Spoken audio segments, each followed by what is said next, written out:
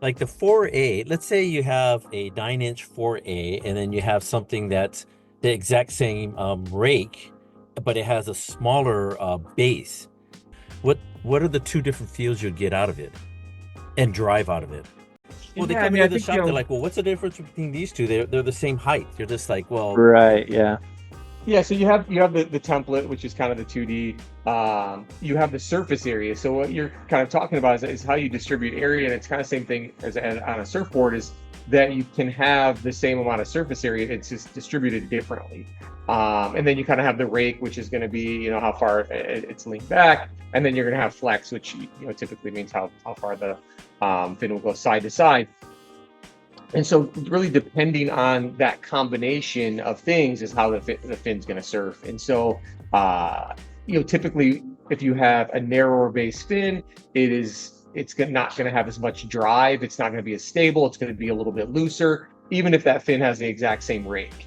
Rake, does provide hold, where a more upright fin will pivot and turn tighter, a tighter arc than a drawn out fin.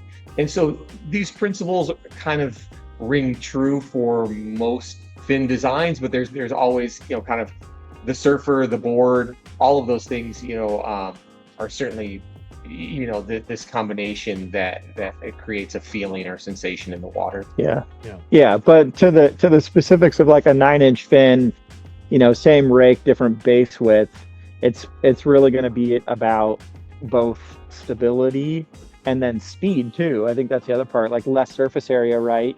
There's not, the water is grabbing onto less, so you go a little bit faster as well. So you're like, in a lot of ways, you're always kind of compensating for these few different variables where you're trying to find, one or the other.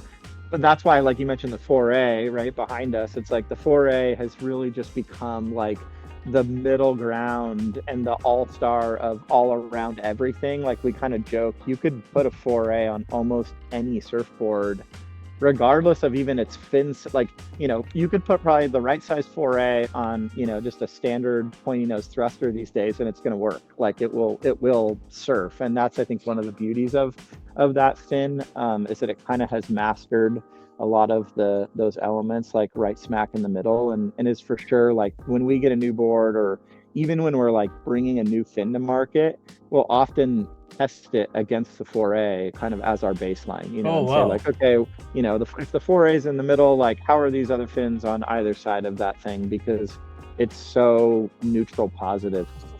It's such Oh, a good interesting. baseline for stuff. Yeah.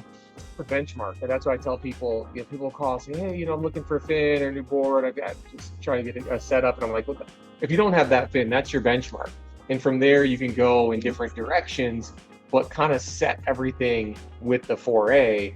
And there's going to be fins that do different things, but if you want kind of just the perfect combination of base tip rake area, you just can't go wrong with that fin."